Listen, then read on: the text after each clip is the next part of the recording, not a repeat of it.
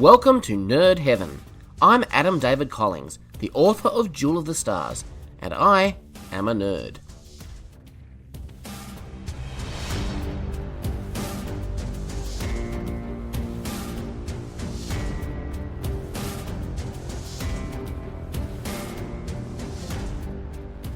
On this podcast, we geek out together over works of science fiction and fantasy.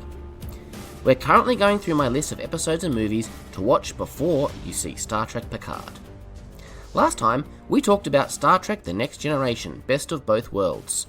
Today, we're talking about the episode that directly followed it, Family. The IMDb description of this episode reads, "After defeating the Borg, the crew of the Enterprise experiences shore leave in various ways. Captain Picard's return to his family's vineyard in France has some extraordinary repercussions." And this episode first aired on the 1st of October 1990. Let's do it.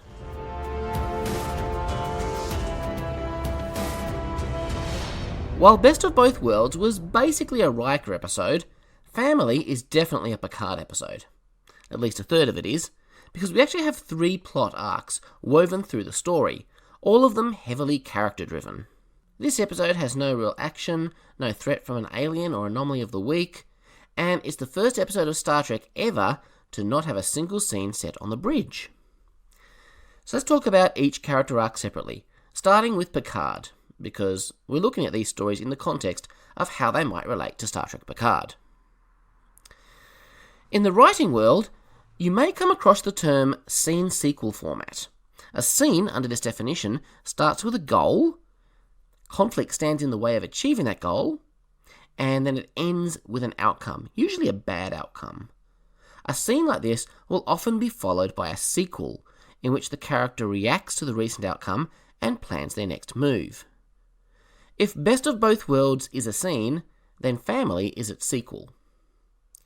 This is a much-needed character episode to allow Picard time to react, reflect, and come to terms with all he's been through. And he's been through a lot. Picard is heading back to his home village in France to see his family. His Borg implants have been removed and the wounds have healed.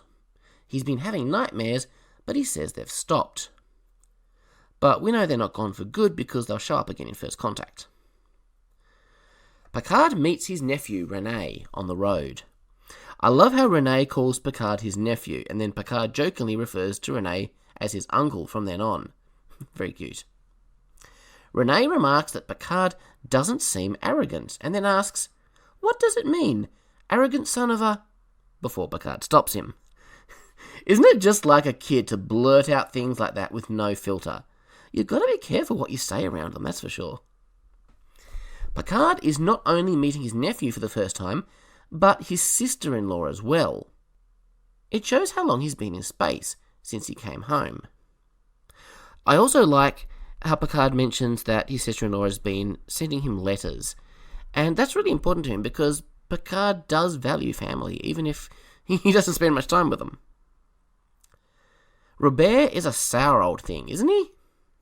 This is our first glimpse of the Picard vineyard, which of course we'll be seeing again in Star Trek Picard.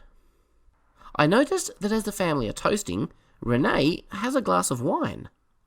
This might seem unusual, even disturbing, but I remember learning at school, in French, that French children will often drink watered-down wine with their parents, graduating to full strength as they get older. So this was a nice little touch of realism. Jean-Luc and Robert seem so different. Is there anything they agree on? They argue about the role of technology in our lives, synthahol, and Rene's upbringing.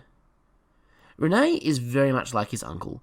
He dreams of space, while Robert is passionate about living a much more traditional life, like his father before him.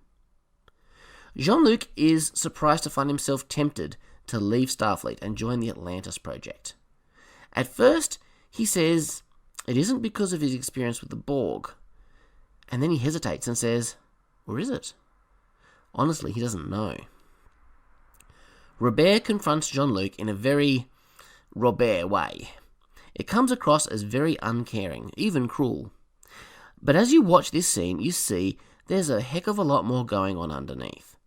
Robert and Jean-Luc may not be very affectionate or even friendly with each other, but they are brothers. So they have it out. Over 30 years of baggage comes out. Stuff that had needed to be brought out in the open for a long time. And then they have a fist fight in the mud. Robert pushed Jean-Luc because he knew he needed to be pushed. He had to get the emotion out somehow. It seems rolling around in the mud did the trick. And then Jean-Luc breaks down. And wow, Patrick Stewart's acting is so awesome. Try watching this scene without getting a lump in your throat. I dare you. Robert says, "This is going to be with you a long time, Jean-Luc. A long time." And he's right. You have to learn to live with it. He's almost ready to return to the Enterprise, but not before traipsing mud through the house and getting drunk with Robert. Alright, let's talk about the Worf story. As a Klingon, it is inappropriate for Worf to receive visitors while on duty. His parents do not understand this. There are clear cultural differences between Worf and his parents. Back in Season 3, Worf was wrongfully stripped of his honour as a way to help the Klingon Empire save face and prevent a civil war. Worf has informed his parents of this, but he says that no human can truly understand what this dishonour means to him. And I don't doubt that this is true. Worf's discomfort with his parents seems odd at first. It's not that he doesn't love them, it's just a cultural thing.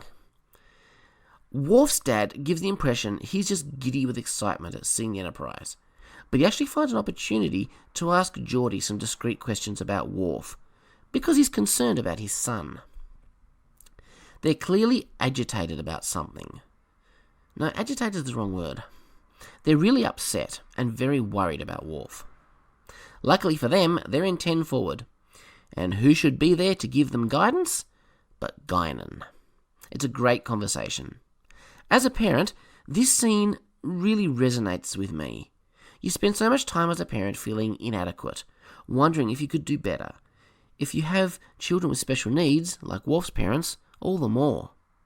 But Guinan reassures them in the way that only she can. Worf and his parents finally open up to each other. He didn't want them to come because of his dishonour. They came because they had to. They read his letter about his discommendation. They didn't fully understand, as Worf predicted, but they didn't have to. As Worf's father says, "We know what kind of man you are." I love that. They remind Worf that he's not alone. His parents are with him. They're proud of him and they love him. This scene always moves me deeply when I watch it. And then we come to the Wesley plot, which is pretty short, really.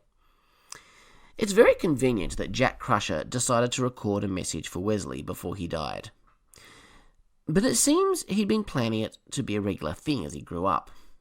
But because of his death, he only recorded this one message. It's cool to get this one glimpse at Jack Crusher. And it's good to see the old Enterprise C era uniform. Basically the TOS movie era uniform, but without the under bit. It's a nice little moment. It gives Wesley a chance to say goodbye to his dad. So that was Family. I love this episode. It was very rare for Star Trek to do a story like this, and I for one am glad that they did. I'll catch you next time when we continue to count down towards Star Trek Picard. Live long and prosper.